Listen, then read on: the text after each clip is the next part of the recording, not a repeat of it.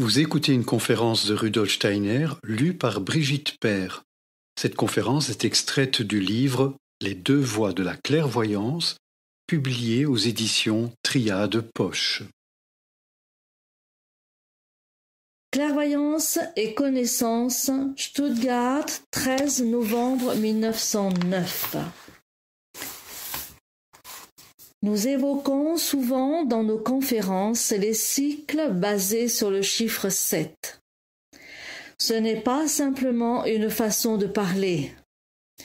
Il s'agit là réellement d'une loi de l'existence. Et maintenant que le mouvement de la science de l'esprit vient d'accomplir un cycle de 7 ans, il est bon de nous recueillir un instant en pensant à nos aspirations et au travail que nous effectuons. Ce travail n'est possible que si le mouvement spirituel reflète dans ses lois ne serait-ce qu'une infime partie des lois universelles. L'évolution de l'ordre universel se déroule en cycles basés sur des multiples du chiffre 7. La Terre a connu 7 états planétaires. 7 états à l'intérieur des mondes planétaires, et ainsi de suite. Le chiffre 7 joue aussi un certain rôle dans un mouvement tel que le nôtre. Après 7 ans, l'aspiration retourne en quelque sorte à son début, tout en intégrant ce qui a été acquis entre-temps. L'aspiration retourne à son point de départ, mais à un niveau supérieur. Ceci ne peut être réalisé que si les lois fondamentales inhérentes au mouvement sont prises en compte. Si nous tournons le regard vers le passé, si nous regardons comment nous avons travaillé pendant les 7 dernières années, nous constatons qu'il y avait réellement une certaine régularité dans ce travail. Évidemment, cela ne peut être vérifié au jour le jour, mais pour l'essentiel, vous verrez qu'il en est ainsi. Pendant les 4 premières années, nous avons jeté les bases de notre travail. Nous avons acquis certaines connaissances sur la nature humaine, une certaine connaissance des chemins qui mènent dans les mondes supérieurs, et nous nous sommes également procuré des connaissances sur les grandes relations cosmiques, sur la vérification des résultats de la chronique de l'Akasha dans sa relation avec les mystères de l'univers. Les membres de notre mouvement qui nous ont rejoints plus tard ont dû et devront toujours acquérir cette base solide et indispensable de notre travail. Car si on veut que le mouvement progresse dans le bon sens, il ne suffit pas de s'approprier uniquement ce qui s'est vécu pendant les 3 années. Si vous vous tournez vers le passé, vous constaterez que, pendant ces 3 dernières années, nous avons même parlé de vérités et de connaissances qui vous ont peut-être quelque peu surpris. Si vous tentez de mettre en relation ce qui vous a interpellé, à savoir ces vérités profondes et universelles, avec ce que nous avons étudié pendant les 4 premières années où nous avons mis en place les 4 parties de la base de notre travail, vous découvrirez que ces 2 périodes sont intimement liées. Vous pourrez vous en convaincre si vous regardez en vous-même. Les membres plus récents devraient prendre très à cœur de ne pas omettre d'acquérir des bases solides qu'ils devront toujours approfondir. Partout où nous nous réunissons pour travailler, nous veillons à ce que celui qui nous rejoint plus tardivement ait la possibilité de rattraper le travail des premières années. En fait, sans ce travail de rattrapage, il ne pourrait pas suivre correctement. Nous devons appréhender le mouvement de la science de l'esprit avec sérieux et gravité. Ces considérations nous amènent à aborder un sujet qui est en lien avec notre époque et qui concerne plutôt l'attitude intérieure et la manière spirituelle de se faire des représentations. Quelle est la manière juste pour un anthroposophe de se situer face à la science de l'esprit? Ce que nous voulons dire par là deviendra beaucoup plus clair en posant la question un peu différemment. Pourquoi l'anthroposophie est-elle enseignée comme nous le faisons aujourd'hui? Pourquoi des informations sur les mondes supérieurs, résultats d'une recherche spirituelle, d'une conscience clairvoyante, sont-elles communiquées? Ne pourrait-on pas procéder de toute autre manière? Commencer, peut-être, par donner quelques indications individuellement, afin que chacun puisse apprendre à développer les capacités qui sommeillent au fond de son âme, et que ces indications lui donnent la possibilité de s'élever et de pénétrer petit à petit dans les mondes spirituels, avant qu'il n'ait connaissance de quoi que ce soit concernant ces mondes. Il faut dire qu'autrefois, on avait coutume d'agir ainsi. Cela se passait en effet comme cela avant que naisse notre mouvement de la science de l'esprit.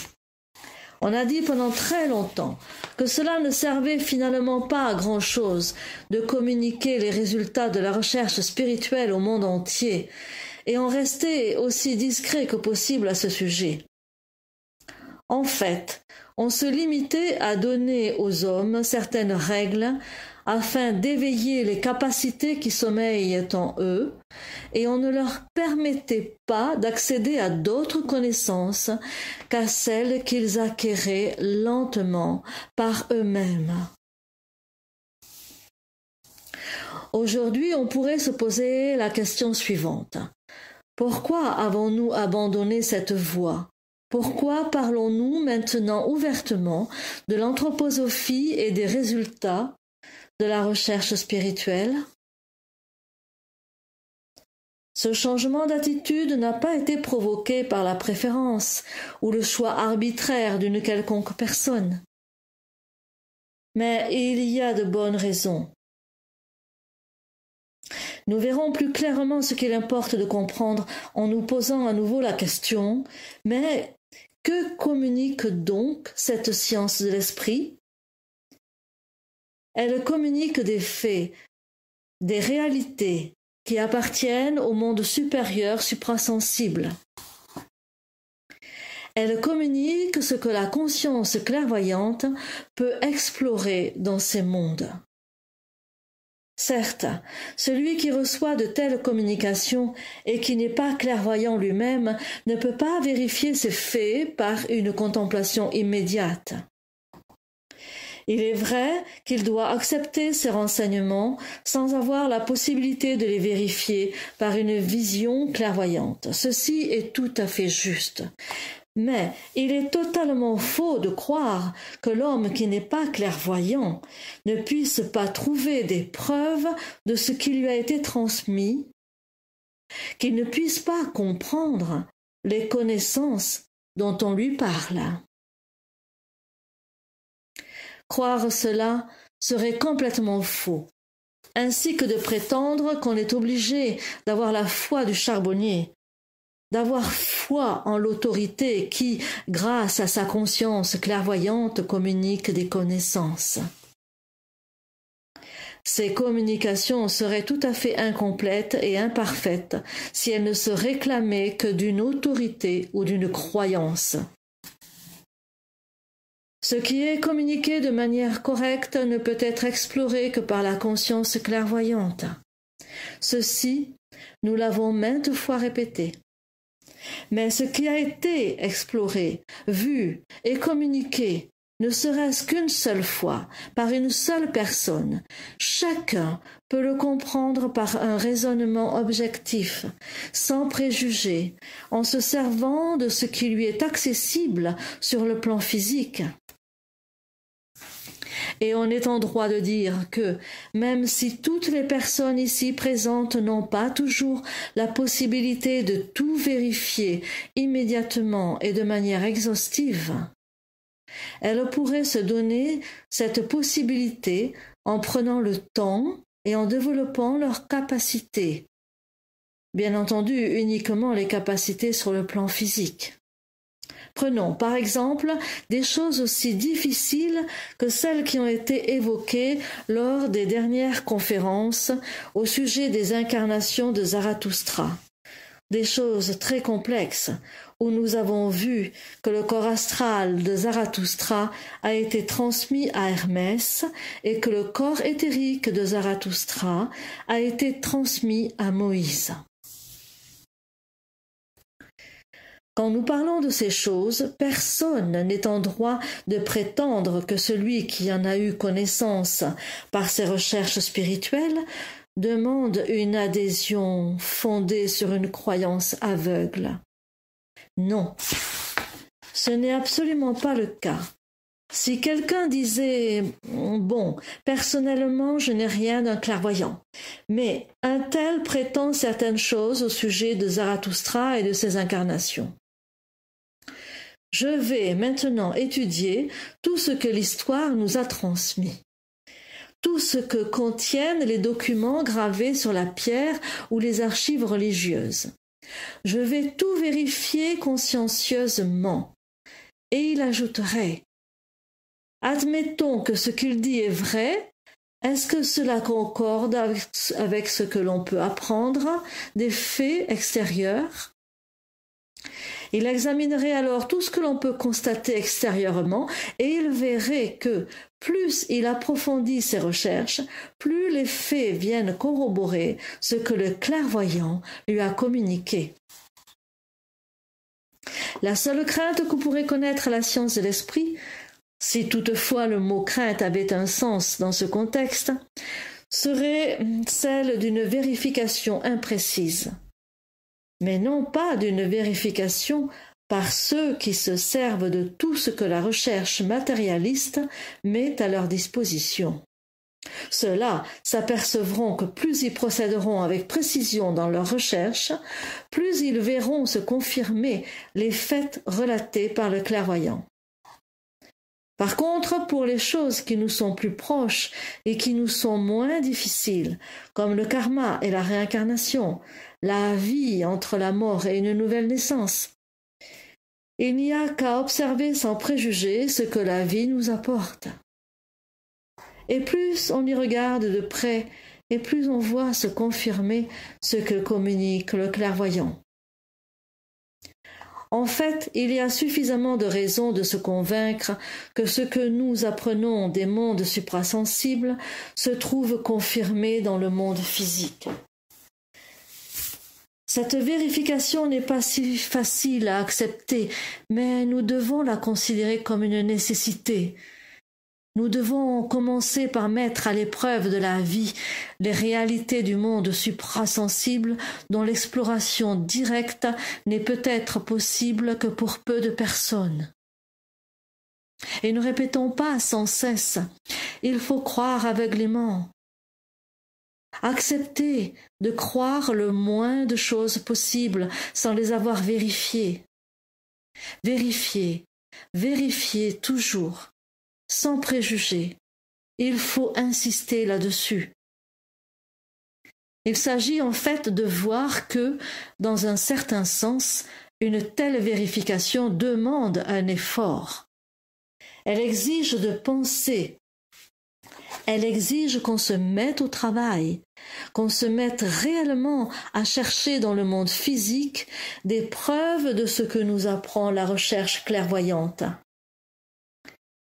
Et là, nous abordons un sujet qu'il nous est tout à fait possible de traiter, car il correspond à notre questionnement.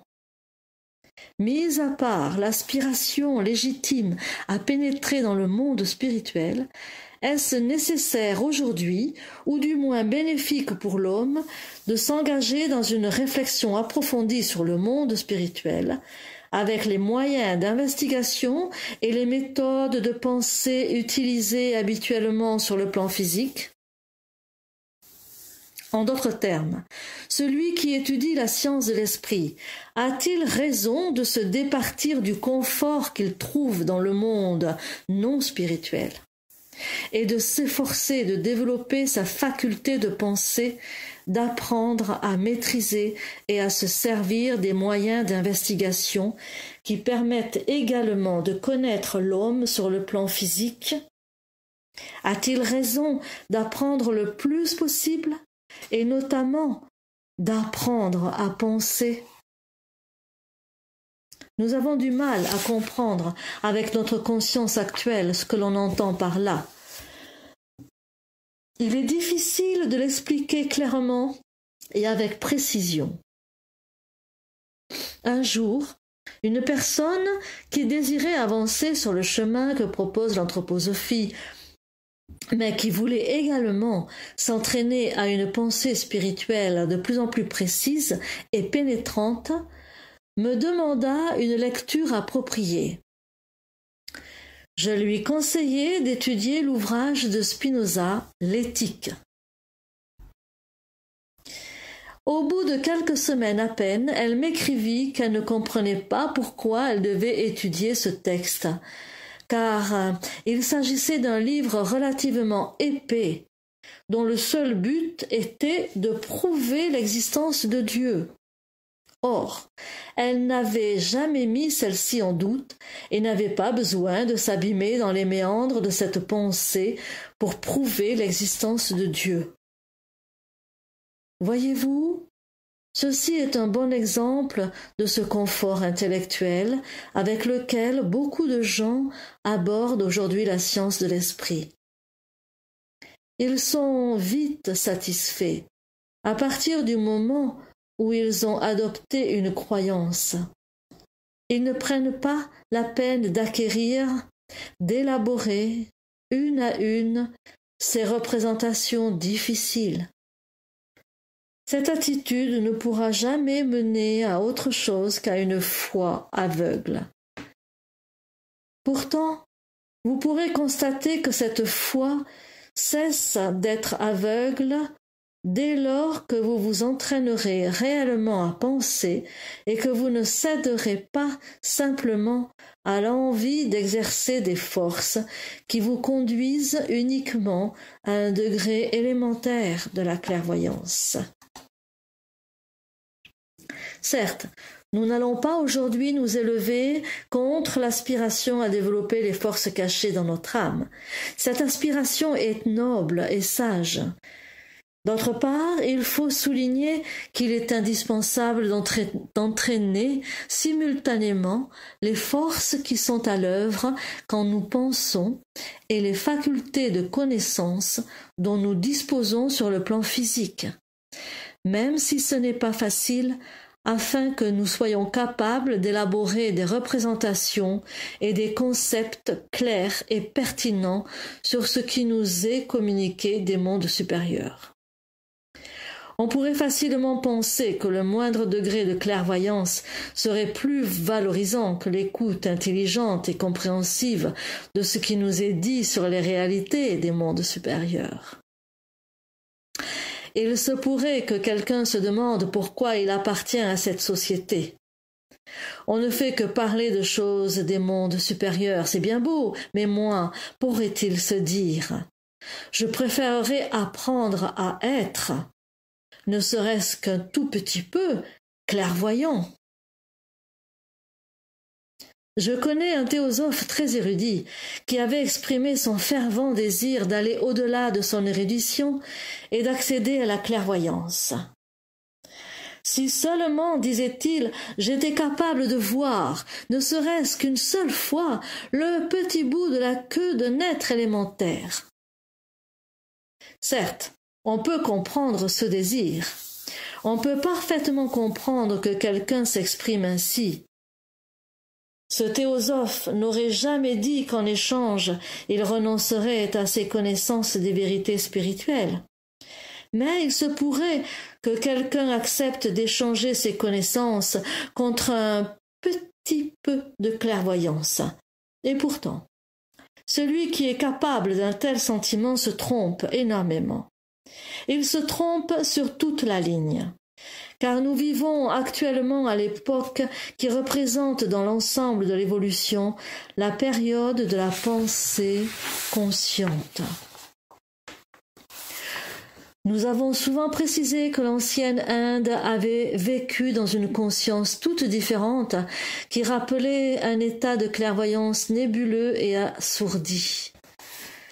Nos aptitudes actuelles ont évolué petit à petit, et c'est nous qui avons enfin amené la faculté de penser dans le cycle de l'évolution de la Terre, en développant l'âme de conscience. C'est pourquoi il faut qu'aujourd'hui la science de l'esprit soit tirée du monde suprasensible et qu'elle fasse appel aux pensées humaines fondées sur la raison. Soyons clairs et faisons bien la différence. Il n'est pas nécessaire d'être un grand penseur pour avoir une clairvoyance visionnaire. On peut avoir une pensée très primaire et pourtant être très avancé en ce qui concerne la vision sur le plan astral, voire même sur le plan du Devakana. Il se peut qu'une personne dans cette situation progresse rapidement dans ce domaine et voit effectivement beaucoup de choses. L'autre cas qui peut se présenter est celui d'une personne qui a de vastes connaissances au sujet des réalités spirituelles, mais qui ne voit rien du tout, même pas le petit bout de la queue d'un être élémentaire. La question est de savoir quelles sont les relations entre ces différentes aptitudes de l'âme humaine. Il est essentiel de distinguer entre avoir quelque chose et être conscient de ce que l'on a. Il est extrêmement important de faire cette distinction. On comprendra mieux si on pose la question un peu différemment. Autrefois, dans les temps très anciens, vous étiez tous clairvoyants. Tous les hommes étaient clairvoyants. Et il y a eu des périodes où ils voyaient très très loin en arrière, au-delà des temps historiques. On pourrait alors se demander pourquoi ne nous souvenons-nous pas de nos incarnations antérieures alors qu'autrefois nous pouvions voir derrière nous si loin dans le passé. Cela prouve justement que cette faculté ne vous a servi à rien du tout, pas même à vous souvenir de vos incarnations précédentes. On pourrait encore se demander, est-ce qu'apprendre aujourd'hui à être clairvoyant visionnaire nous aidera lors de notre prochaine incarnation à nous remémorer nos vies antérieures? Un fait est certain. L'ancienne clairvoyance que vous possédez tous ne vous aide pas aujourd'hui à retrouver vos vies antérieures. Pourquoi, de nos jours, tant de personnes ne s'en souviennent-elles pas? La question est d'une extrême importance. Elles ne se souviennent pas de leur vie antérieure alors qu'elles ont toutes été clairvoyantes dans les temps anciens.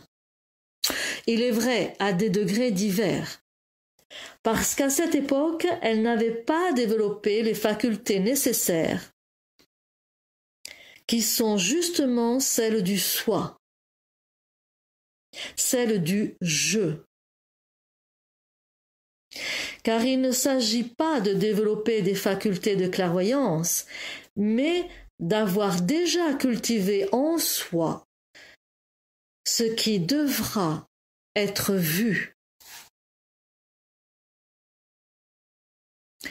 Même si les hommes d'autrefois étaient très clairvoyants, s'ils ne se sont pas préoccupés de développer les facultés du je, qui sont les facultés du penser, du discernement, les facultés spécifiques du soi humain sur cette terre, alors leur je n'était pas présent lors des incarnations précédentes.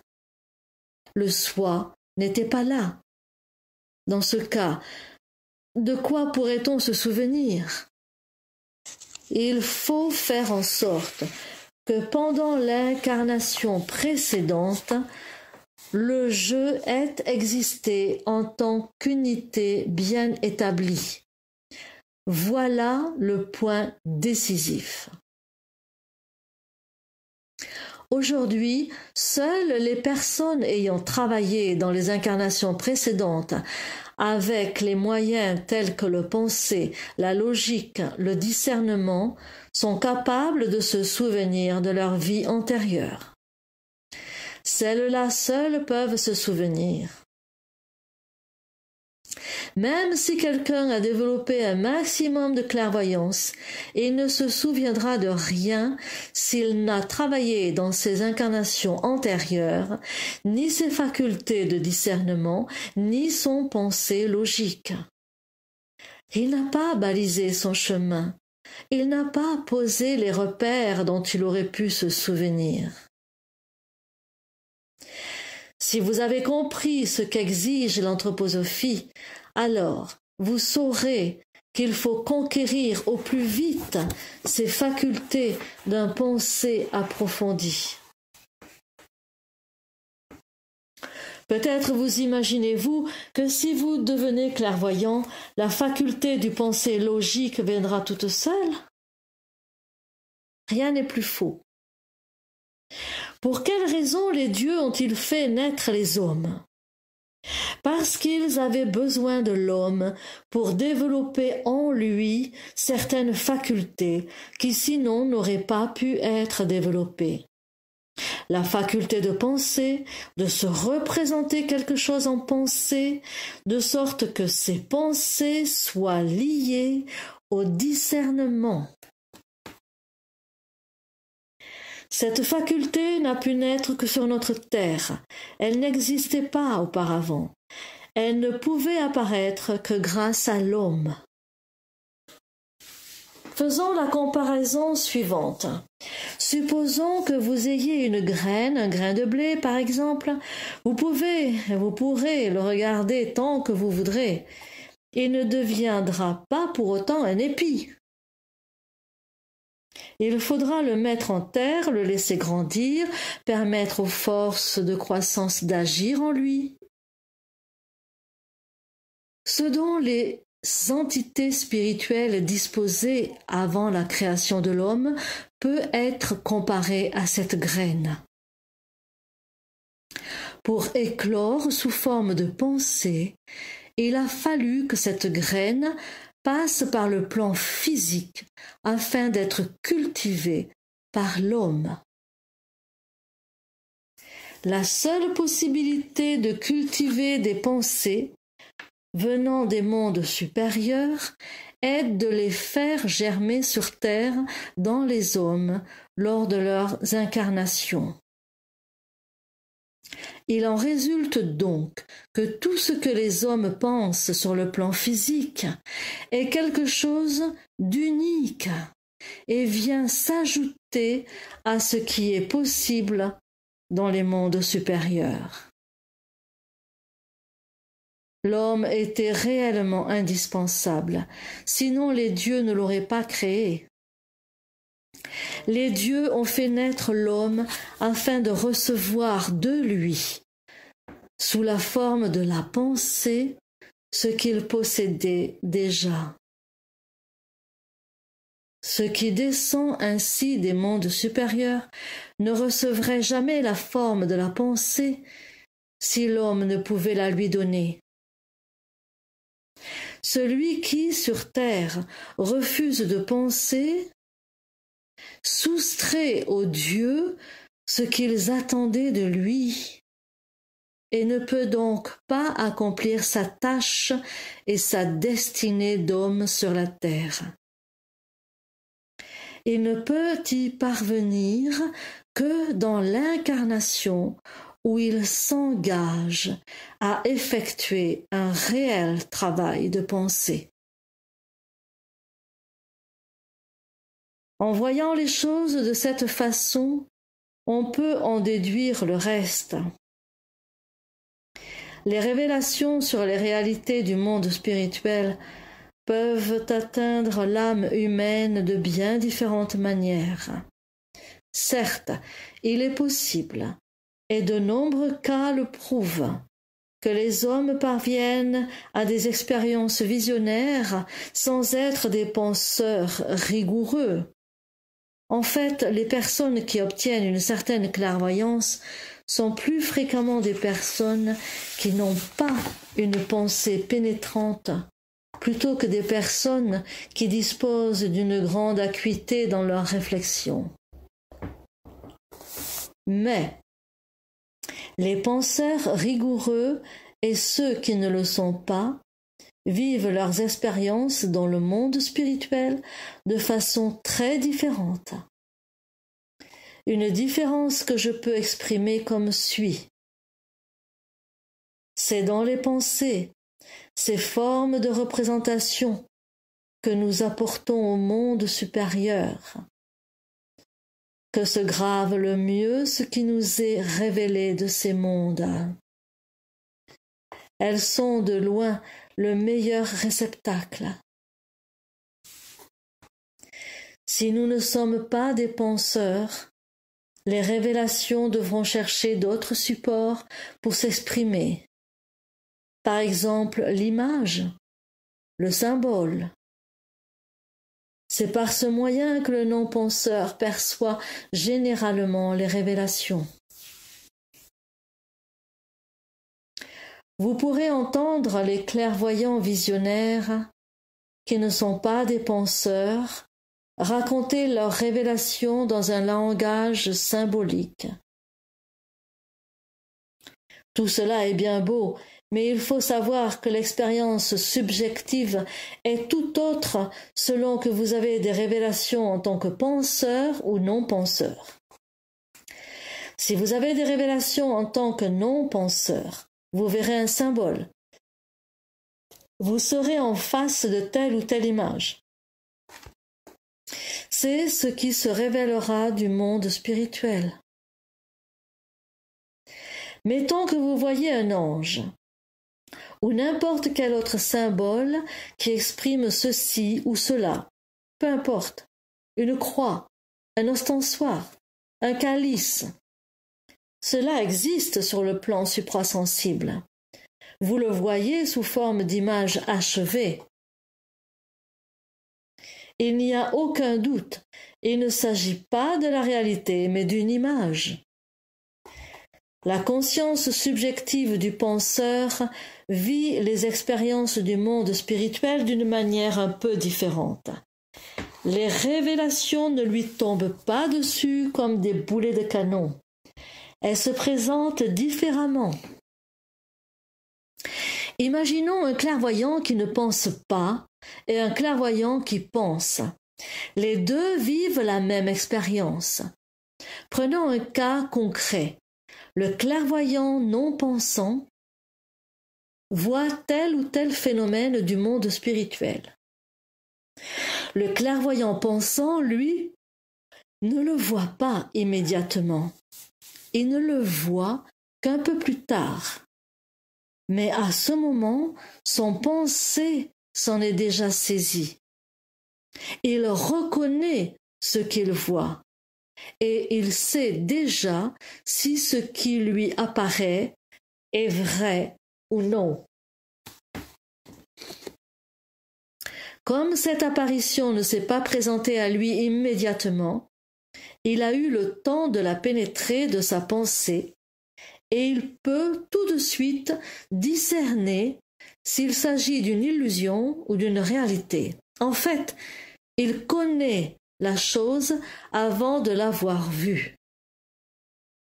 Évidemment, La perception lui parvient au même moment qu'au clairvoyant non pensant, mais il ne la voit qu'un peu plus tard. Au moment où il voit cette manifestation, il a déjà porté un jugement sur elle. Il l'a pénétrée de sa pensée. Et il sait parfaitement s'il s'agit d'un leurre, s'il prend ses propres désirs pour la réalité ou s'il est en présence d'une réalité objective. C'est là que se situe la différence dans l'expérience subjective. Le clairvoyant visionnaire qui ne pense pas voit l'apparition instantanément. Celui qui pense la voit un peu plus tard. Pour le premier, elle restera un événement en soi. Il pourra la décrire telle qu'il l'a vue. Celui qui pense, par contre, pourra l'intégrer dans le monde physique quotidien. Il pourra faire le lien entre ce qu'il a vu et ce qu'il vit. Car le monde physique n'est, tout comme cette apparition, rien d'autre qu'une révélation du monde spirituel. Vous pouvez en déduire que disposant de l'instrument du penser, vous aurez un jugement juste sur ce que le monde spirituel vous livre. Mais une autre objection peut être émise. La valeur des messages émanant du monde spirituel peut être discutable si l'on n'a pas vu apparaître soi-même les phénomènes en question.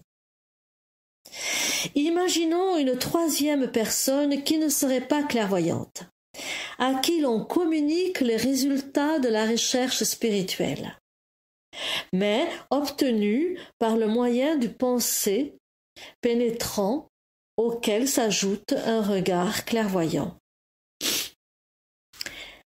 Cette troisième personne reçoit ces communications, les comprend et considère qu'elles sont raisonnables. Il s'agit bien pour lui de réalités du monde spirituel. Il les a assimilées, tout comme le clairvoyant pensant ou toute autre personne qui les a saisies par son raisonnement, même si elle n'en a pas forcément conscience. Vous n'avez pas besoin d'être clairvoyant pour accueillir en vous, avec toute leur valeur, les communications qui vous sont faites. Il y a une différence entre avoir quelque chose et être conscient de ce que l'on a. L'exemple suivant permettra de comprendre facilement le rapport entre deux personnes étudiant la science de l'esprit, l'une étant clairvoyante, l'autre pas. Imaginez que vous ayez fait un héritage, mais que vous ne soyez pas encore au courant de cet événement. Dans ce cas, même si vous n'en avez pas connaissance, la valeur réelle de votre héritage vous appartient dès le premier jour de sa validité. Vous pouvez donc posséder quelque chose avant de savoir que vous en avez hérité. Il en va de même pour ceux qui apprennent les réalités du monde spirituel par l'anthroposophie. Ils possèdent ce qu'ils ont compris avec leur raison et attendent le moment où ils en seront conscients. C'est tout à fait autre chose que le fait de posséder ces réalités. Cette différence devient évidente après la mort. Qu'est-ce qui profite? Ce terme trivial illustre bien ce que je veux dire. Donc, qu'est-ce qui profite le plus à l'homme après la mort? Voir quelque chose sans penser ou bien recevoir des informations purement spirituelles sans avoir de vision. On pourrait très facilement croire que la vision clairvoyante est une meilleure préparation à la mort que le simple fait d'entendre parler des événements du monde spirituel. Et pourtant, ce que l'homme a perçu uniquement par ses visions ne lui sert pas à grand-chose après sa mort. Face à une manifestation du monde spirituel, il commence aussitôt à prendre conscience de la signification des communications qu'il a reçues à ce sujet pendant son incarnation et qu'il a comprises grâce à son raisonnement. C'est justement cela qui a de la valeur après la mort, ce que l'on a compris. Peu importe qu'on en ait eu la vision ou non. Par sa faculté de clairvoyance, l'initié le plus avancé a une vision de l'ensemble du monde spirituel. Mais son mérite n'en sera pas augmenté après sa mort, s'il n'est pas capable d'exprimer ces réalités en termes compréhensibles aux hommes. Seul ce qu'il aura réussi à conceptualiser ici-bas l'aidera après sa mort. Les concepts sont des semences pour la vie après la mort. Il va sans dire que celui qui est clairvoyant et penseur pourra rendre profitable ce qu'il voit. Mais deux personnes non pensantes, dont l'une est clairvoyante et l'autre a seulement entendu parler de ce que la première voit, se retrouveront dans une situation identique. Car ce que nous apportons dans la vie après la mort, ce sont uniquement les concepts que nous avons élaborés ici, grâce à la pertinence de notre pensée. C'est ceci qui éclot comme une graine, et non pas ce que nous sommes allés chercher dans les mondes où nous pénétrons. Nous recevons ce qui nous vient des mondes supérieurs, non comme un cadeau destiné à nous faciliter le chemin au moment où nous quitterons le plan physique, mais afin de le convertir en monnaie de cette terre. Nous en tirerons autant de profit après notre mort que nous en aurons changé en monnaie terrestre. L'essentiel est là. Telles sont les conditions après la mort. Mais ici, sur le plan physique, la situation du clairvoyant penseur et celle du clairvoyant non penseur sont également très différentes. Il est certes très intéressant et très beau de pénétrer par le regard dans les mondes spirituels. Mais il y a pourtant une grande différence entre percevoir ces mondes de façon purement visionnaire ou les saisir par le penser. Sans compter qu'on n'est jamais à l'abri d'une illusion si le penser ne pénètre pas ce qui est vu. Le seul moyen pour se préserver des illusions consiste tout d'abord à penser clairement ce que l'on voit. Et même sans tenir compte de cela, la différence apparaît clairement. Les descriptions qu'un clairvoyant fera de ses visions seront truffées d'éléments appartenant au plan physique. Vous a-t-on jamais décrit un ange sans se référer à des éléments du plan physique? L'ange avait des ailes, mais les oiseaux aussi en ont. Il avait un torse humain, mais tout homme a un torse humain. Certes, cet assemblage des éléments n'existe pas sur le plan physique, mais les différents éléments, eux, existent. Les images sont toutes construites à partir d'éléments appartenant au plan physique. ceci peut se justifier. Mais vous pourrez, tout de même, en déduire qu'une telle vision reste encore empreinte de réminiscences terrestres. Ce qui a été emprunté au plan physique pour décrire les formes, les images qui apparaissent dans les visions, n'appartient pas au monde spirituel. C'est une représentation symbolique du monde spirituel faite avec les moyens du monde physique. Je vous l'ai clairement exposé dans la science de l'occulte. J'y explique qu'aujourd'hui, la clairvoyance ne doit pas se limiter à une représentation symbolique et qu'elle doit avancer jusqu'à ce que la vision soit débarrassée de tout élément terrestre. Même s'il existe, lors de la phase préliminaire de son développement, une symbolique justifiée. À ce point de son évolution, la clairvoyance se voit, il est vrai, confrontée à un certain danger.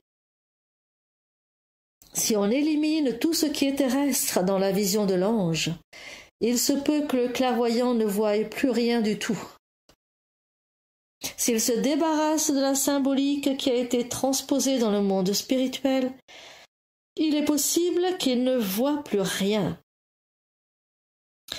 Ce qui empêche de perdre complètement la chose en pénétrant réellement dans le monde spirituel, c'est la graine qui peut germer du pensée.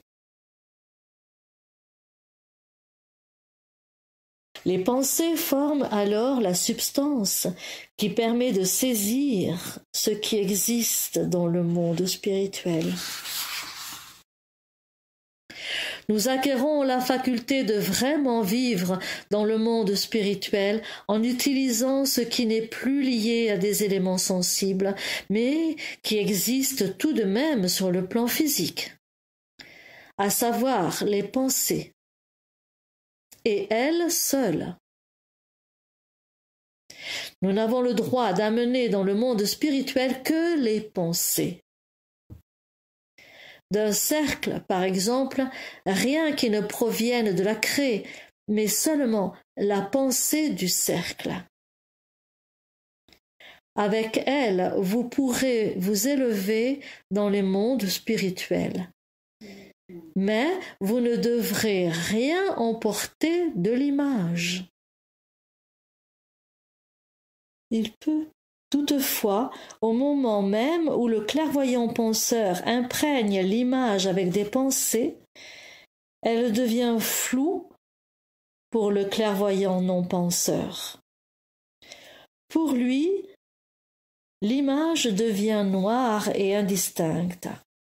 Elle ne réapparaîtra qu'un peu plus tard, au moment précis où la pensée peut s'associer à l'image. Celle-ci devient floue pour le clairvoyant visionnaire. En fait, il n'est jamais capable d'associer sa pensée à ce qu'il voit. C'est pourquoi il ne peut jamais ressentir cette certitude « Tu y étais avec ton jeu ». Cette expérience manque au simple clairvoyant visionnaire. Tout cela nous a permis de mieux comprendre le fonctionnement intime de ce processus, mais ce qu'il faut à tout prix retenir, c'est la nécessité absolue de développer le penser, de surmonter la paresse qui nous empêche d'acquérir un savoir fondé sur la connaissance. Il vaut 1000 fois mieux commencer par saisir par la pensée des représentations spirituelles et, tôt ou tard, selon son karma, accéder au monde spirituel, que d'avoir des visions sans parvenir à pénétrer par le pensée ce qui est communiqué dans le mouvement qu'on appelle anthroposophique. Il vaut bien mieux connaître la science de l'esprit et ne rien voir encore que de voir quelque chose sans avoir la faculté de pénétrer les choses en pensant, parce qu'elle demeure alors dans l'incertitude. On peut s'exprimer de manière encore plus précise et dire « Aujourd'hui, il y a de grands penseurs qui comprennent par la raison la vision du monde de la science de l'esprit. Pourquoi ceux-ci ont-ils parfois tant de mal à parvenir à la clairvoyance ? Et les personnes, par contre, qui n'ont pas particulièrement développé le penser, accèdent assez facilement à la clairvoyance visionnaire et dénigrent souvent la faculté de penser, alors qu'il est difficile pour un penseur rigoureux d'accéder à la clairvoyance. C'est exactement là que se situe l'écueil qu'un certain orgueil masqué se manifeste. Il n'y a rien de pire qu'une clairvoyance non éclairée par des pensées pour nourrir ce sentiment d'orgueil, et le danger est d'autant plus grand que la personne concernée n'a pas conscience d'être orgueilleuse et se complaît dans une attitude de fausse modestie. Elle ne sait pas évaluer combien son orgueil est démesuré lorsqu'elle sous-estime le travail que fournit l'homme qui pense et qu'elle valorise excessivement certaines inspirations. Il y a là un terrible orgueil. La question qui se pose maintenant est la suivante. Pour quelle raison, et l'expérience nous le prouve, certains penseurs rencontrent-ils de telles difficultés pour accéder à la clairvoyance ? Cela est lié à un phénomène important. Ce que nous nommons discernement, jugement, pensée logique, toute aptitude que le penseur développe, provoque une modification bien précise de toute la structure du cerveau. L'instrument physique est modifié par un pensée rigoureux. La recherche matérialiste ne sait en fait pas grand-chose à ce sujet, mais c'est ainsi. Le cerveau d'un penseur est physiquement différent de celui d'un non-penseur. Que l'un des deux soit clairvoyant ne change pas grand-chose. Le cerveau du non-penseur présente des circonvolutions très compliquées, alors que le cerveau du penseur rigoureux sera plus simple, sans complications particulières. Le penser s'exprime donc dans la simplification des circonvolutions du cerveau. La recherche actuelle n'en sait rien. Le penser pertinent est ce qui permet d'avoir une vue d'ensemble, et non pas ce qui s'occupe d'analyser les choses. D'où la plus grande simplicité des circonvolutions du cerveau chez le penseur rigoureux. Quand la recherche physique consent à s'intéresser aux pensées rigoureux, les résultats de ces études viennent confirmer les affirmations de la science de l'esprit. L'examen du cerveau de Mendeleïev, à qui la science doit l'élaboration du système périodique des éléments, prouve ce qu'affirme la science de l'esprit. Les circonvolutions de son cerveau étaient assez simples. Il possédait dans une certaine mesure une pensée globale et l'autopsie a confirmé la véracité de mes propos. Soit dit en passant, cela n'a pas une grande importance. Revenons donc à ce qui nous occupe. L'instrument du penser subit une transformation.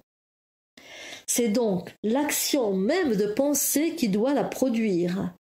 Personne ne vient au monde avec toutes les facultés dont il disposera un jour, mais il apporte peut-être des dons qui demandent à être développés et ces efforts entraîneront effectivement au cours de la vie une modification du cerveau. Notre instrument sera différent après une vie occupée à penser. Le fait est que notre corps éthérique, que nous devons détacher de notre cerveau pour atteindre une conscience clairvoyante, est enchaîné à notre cerveau physique par l'action de penser. L'action de penser enchaîne, relie étroitement le corps éthérique au cerveau.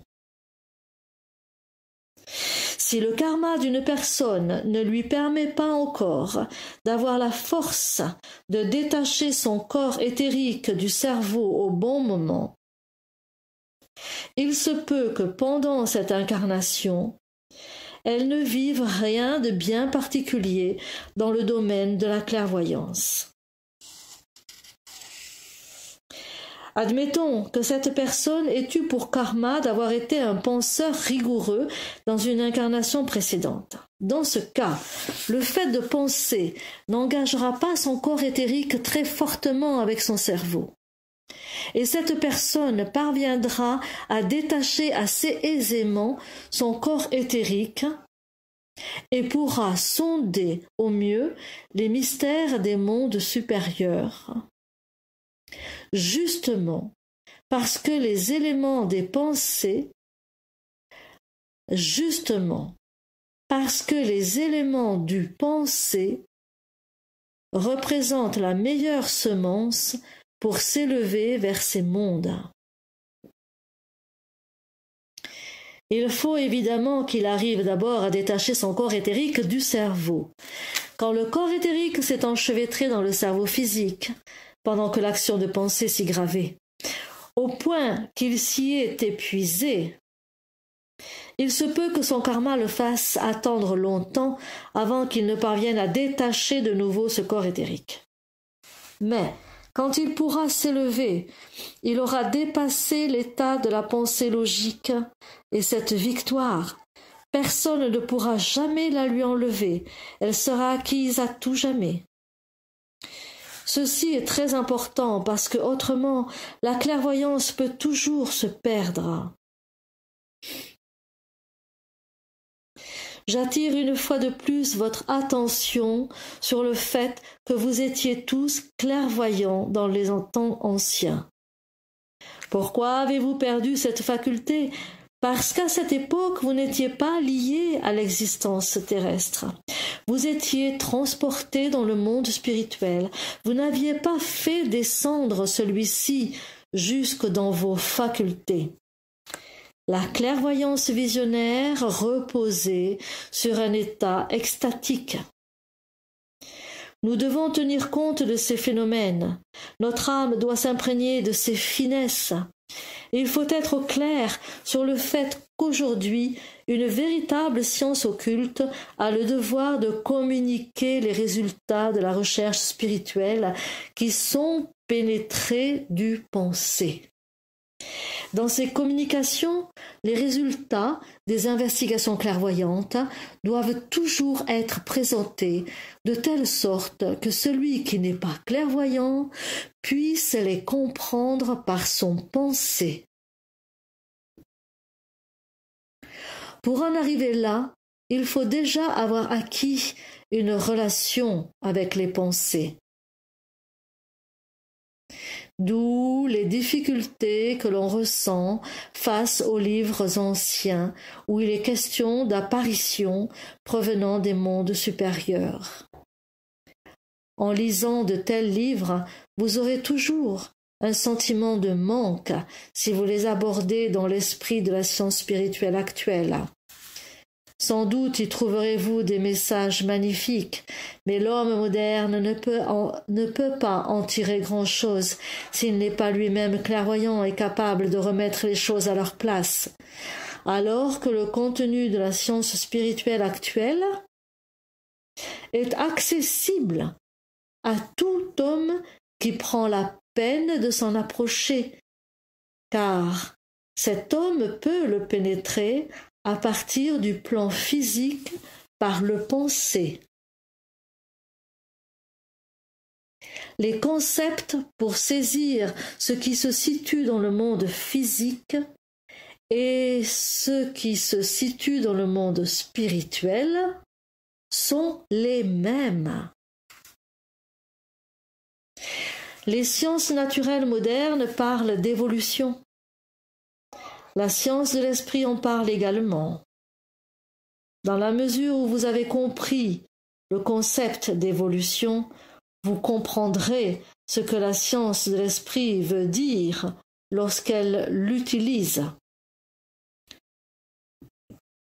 Vous pourrez vous forger une idée concernant le terme karma, car vous vous en êtes créé l'image conceptuelle. Évidemment, si vous définissez le karma comme beaucoup de théosophes le font en disant simplement toute cause spirituelle a un effet spirituel, vous n'aurez pas défini la notion de karma. Une boule de billard peut aussi vous faire visualiser la loi de cause à effet.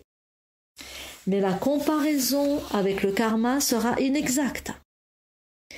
Prenez par contre une boule de fer et jetez-la dans un récipient d'eau. Si la boule est froide, l'eau restera telle qu'elle était. Mais si vous chauffez la boule avant de la jeter dans l'eau, alors cette eau se réchauffera. Suite à ce qui est arrivé à la boule, l'eau s'est réchauffée. Cet exemple peut illustrer une relation karmique. Lorsqu'un événement est issu d'un événement antérieur. Nous devons être parfaitement clairs à ce sujet. Toute personne qui pénètre les réalités du monde spirituel avec la pensée est également en mesure de les communiquer, de telle sorte que celui qui a acquis ces pensées sur le plan physique puisse faire usage de ces pensées et les appliquer à ce qui lui est communiqué des mondes spirituels. Il faut que chacun comprenne qu'il ne s'agit pas d'obtenir par n'importe quel moyen des messages en provenance du monde supérieur, mais de les recevoir d'une manière qui corresponde à nos conditions terrestres. Chacun devrait veiller à ne pas recevoir autrement les connaissances venant des mondes supérieurs. Et évidemment, la tentation de céder à la facilité et de simplement croire ce qui est transmis est très grande. Mais ceci est très néfaste. Quand quelqu'un veut croire, c'est comme s'il voulait qu'on lui raconte que la lumière existe, alors qu'il en a besoin pour éclairer sa chambre. Pour cela, il faut qu'il y ait de la lumière. La simple croyance ne suffit pas.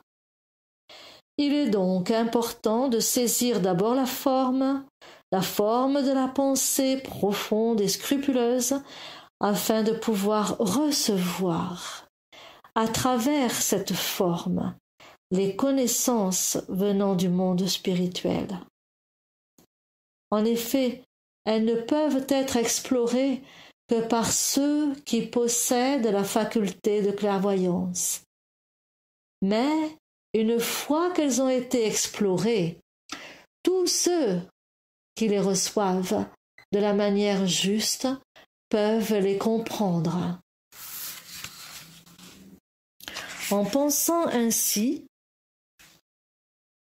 on évite plus ou moins les dangers qui, sinon, sont liés à ce qu'on appelle mouvement anthroposophique. Mais ces dangers surgissent immédiatement lorsque des personnes développent des facultés de clairvoyance sans s'attacher à cultiver simultanément leur capacité de penser et notamment de discerner par le penser. Nombreux sont ceux qui cherchent avidement à capter quelque chose du monde spirituel sans pour autant se donner la peine de saisir par la connaissance ce qui doit être conquis sur le plan physique.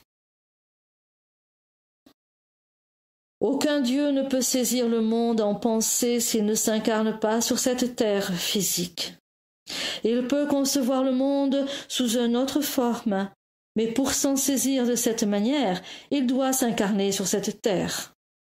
Compte tenu de cela, on comprendra qu'il existe un certain danger à développer en soi-même des aptitudes que l'on maîtrisera mal. Celui qui développe une clairvoyance par des visions et qui ne l'utilise pas conjointement avec le penser se prive de la possibilité de convaincre qui que ce soit de la véridicité de ce qu'il a vu. S'il reste sur le plan astral sans pouvoir faire descendre ses expériences sur le plan physique, il court le risque de voir un abîme se creuser entre le monde de ses visions et le plan physique. Supposons que quelqu'un ait des visions significatives qui se situent sur le plan astral. Admettons qu'elles correspondent tout à fait à une réalité. Cela peut être aussi le cas chez un clairvoyant visionnaire, non penseur. Il se crée alors un gouffre entre lui et ce qui se passe sur le plan physique. Imaginons que cet essuie-main représente le plan physique, que le clairvoyant se place devant et qu'il ait une vision. Mais le véritable monde spirituel se situe derrière le plan physique. Le plan physique n'est que Maya. Il ne peut être supprimé par le clairvoyance visionnaire.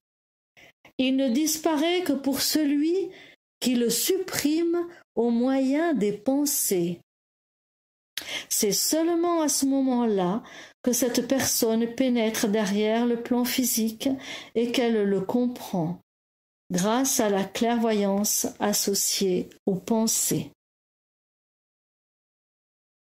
Le plan physique est là, mais vous ne voyez pas le monde spirituel, le véritable monde spirituel. Vous vous trouvez devant un abîme, et le plan physique reste devant vous en tant que Maya. Cette impossibilité de traverser le plan physique est due au fait que le cerveau n'est pas capable de se déconnecter. Si vous avez appris à penser de façon juste, vous n'avez pas directement besoin de votre cerveau pour penser. Le penser travaille sur le cerveau, mais l'activité de penser n'a pas directement besoin du cerveau. Il est absurde de dire que c'est le cerveau qui pense. Il y a 35 ans environ, je marchais dans la rue à côté d'un étudiant qui était en bonne voie de devenir complètement matérialiste. Il disait que, quand il pensait, les atomes de son cerveau se mettaient à vibrer, que chaque pensée avait une forme bien définie et qu'il était stupide de prétendre qu'il existe une chose telle que l'âme pensante, car c'est le cerveau qui pense. Je lui demandai : « Peux-tu me dire pourquoi tu te complais dans le mensonge ? Si c'est comme ça, tu ne peux pas affirmer « je pense », mais tu dois dire « mon cerveau pense » et aussi « mon cerveau mange, mon cerveau voit le soleil ». Là, ce serait la vérité. Il aurait dû vite comprendre quelle sottise il trimballait. Donc, ce n'est pas le cerveau qui pense. On peut illustrer cela par des réflexions toutes simples, à condition de ne pas être un matérialiste.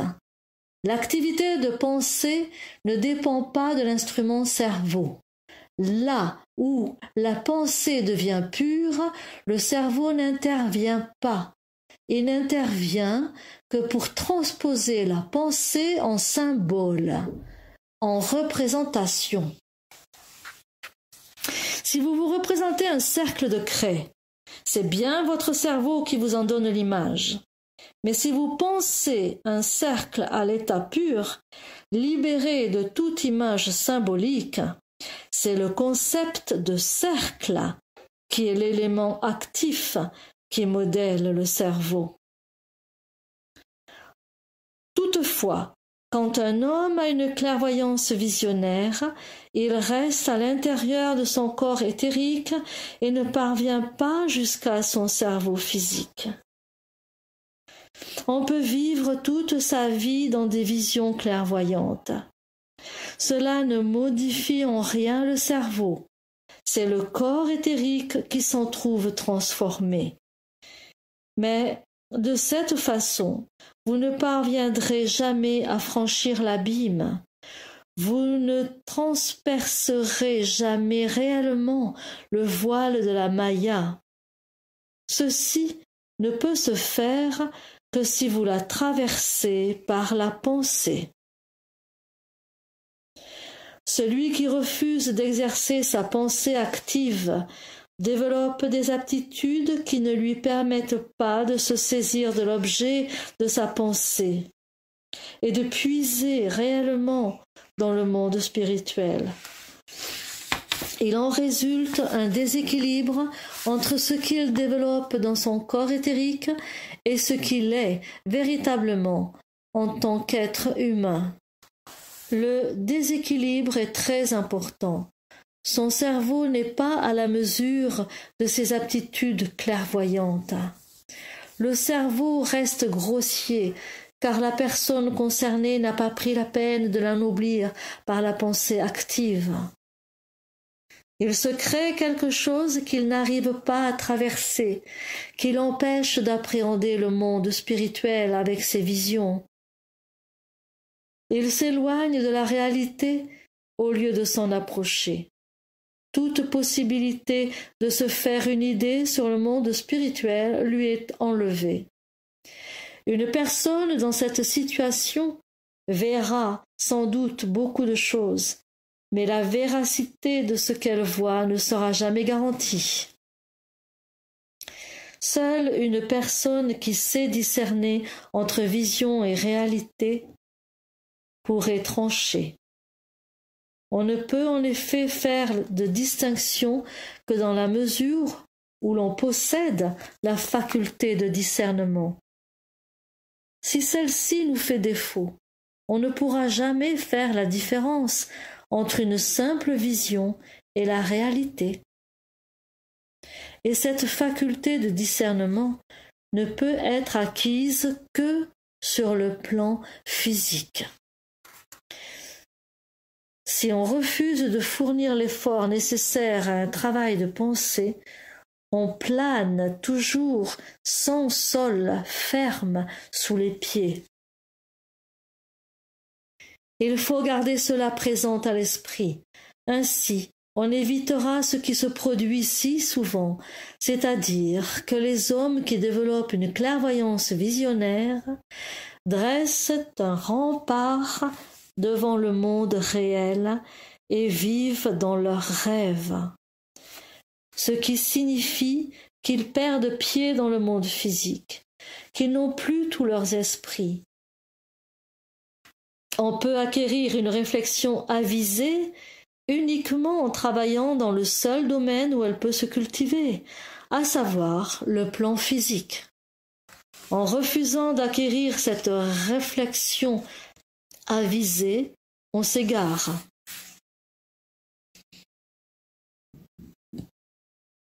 Nous devons absolument parvenir à une réflexion claire, sinon apparaissent tous les préjudices forcément liés au mouvement anthroposophique. Croire aveuglément toutes les communications provenant des mondes supérieurs en se fiant à quelqu'un d'autre simplement parce qu'il fait autorité. Croire sans discernement ni réflexion est très facile, mais cela comporte un danger. Au lieu de travailler à ces notions au fond de soi-même et d'avoir une réflexion personnelle, on absorbe les connaissances et les images qu'un autre nous apporte. On renonce à vérifier par le penser ce que l'autre communique. Cette attitude entraîne des préjudices qui peuvent naître du mouvement anthroposophique. Mais il ne faut pas que cela vous effraie et vous incite à renoncer à vous y consacrer. Il peut arriver qu'une personne qui croit aveuglément se perde et ne sache plus discerner entre ce qui est vrai et ce qui est mensonge. Rien n'est plus sujet à l'erreur qu'une clairvoyance basée uniquement sur des visions qui ne sont pas soutenues ni contrôlées par la pensée. D'autre part, cette forme de clairvoyance favorise l'émergence d'une certaine présomption, d'une arrogance qui peut mener à une mégalomanie d'autant plus dangereuse qu'elle peut passer inaperçue. Le danger est très grand de croire qu'on vaut mieux que les autres parce qu'on voit des choses qui ne sont pas visibles pour tout le monde. Et en général, on ne se rend pas compte à quel point ce qui ressemble beaucoup à de la mégalomanie est profondément ancré au fond de l'âme. Elle se dissimule derrière des affirmations proférées avec une certitude inébranlable, qui ne tolère pas la moindre contradiction concernant la réalité des visions. C'est ainsi qu'on peut rencontrer des gens qui croient les choses les plus folles pourvu qu'on les leur communique depuis le plan astral. Il ne leur viendrait pas à l'idée de croire ce genre d'affirmation s'ils les tenaient d'une personne les faisant à partir du plan physique. Mais dès lors qu'on se situe sur le plan astral, ils sont prêts à accepter n'importe quoi avec la plus grande crédulité. Il faut perdre cette habitude pour ne pas se laisser abuser par n'importe quelle supercherie. Mais on tombera dans ce piège si on ne développe pas le réflexe de vérifier systématiquement ce qui nous est dit et si on est tenté d'adopter une opinion sans le moindre effort. Il ne faut pas chercher la facilité, il faut prendre en considération que se forger une conviction est une des causes les plus sacrées de l'existence humaine. Si on prend cela réellement à cœur, on ne ménagera pas ses efforts pour y parvenir, et on cessera d'être à l'affût de certaines communications à sensation. Nous ne manquons pas de communications venant du monde spirituel, mais il est également nécessaire de trouver l'attitude juste et la façon juste de se représenter les choses pour adopter la bonne manière de se comporter vis-à-vis d'elles. Voilà ce que j'avais à vous dire aujourd'hui. Je ne voulais pas simplement vous mettre en garde et vous sermonner, mais juste étayer avec le plus d'arguments possible ce que j'avais à vous exposer. Il est possible que pour me suivre, le travail de réflexion ait été un peu difficile, mais je m'efforce toujours, y compris dans ma méthodologie, d'avoir une attitude juste, comme peut l'exiger le mouvement de la science de l'esprit. Beaucoup attendent des sermons onctueux. Je m'y refuse. J'essaye de présenter les choses de telle manière qu'elles puissent être exprimées sous forme de pensées concrètes. Quand on évoque des sujets du plan physique, comme nous l'avons fait aujourd'hui, le travail de réflexion est évidemment parfois difficile, car ces sujets ne sont ni aussi sensationnels, ni aussi agréables que ceux qui concernent les mondes supérieurs. Pourtant, ils sont extrêmement importants, et vous ne sous-estimerez pas leur importance en vous disant: si ce qui doit vraiment se produire se produit, à savoir que lors des prochaines incarnations, un grand nombre de personnes se souviendront de leur incarnation actuelle, alors il faut prendre des précautions dès maintenant. Développez votre sens du jugement et vous aurez toutes vos chances pour vous souvenir de cette incarnation lors de la prochaine. Suivez les événements de ce monde avec votre pensée, car vous pouvez bien avoir des tas de visions. Elles ne vous aideront pas à vous souvenir de votre incarnation actuelle. Le rôle de l'anthroposophie est justement de préparer ce qui est nécessairement aura lieu, à savoir des hommes en nombre suffisant qui seront capables de se remémorer leur incarnation précédente grâce à leur connaissance personnelle. Qui sera capable d'accompagner le savoir de la science de l'esprit par des facultés de clairvoyance? Cela dépendra du karma personnel de chacun. Il y a certainement de nombreuses personnes ici présentes dont le karma ne permettra pas d'accéder dès cette incarnation à une vision clairvoyante du monde. Mais tous ceux qui se donnent les bases nécessaires en assimilant ce que la véritable science de l'esprit leur apporte, sous forme de pensée, récolteront les fruits de ce travail dans l'incarnation suivante.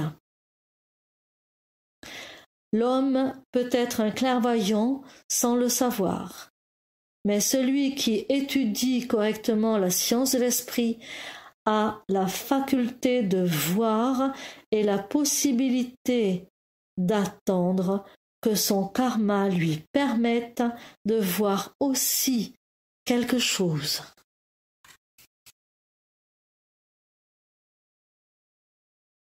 Traduction de Raymond Burlotte, Gudula Combert, Claudine Vignon. Pour accéder à d'autres cycles de conférences de Rudolf Steiner, nous vous invitons à vous rendre sur le site soesprit.info, menu podcast. À bientôt.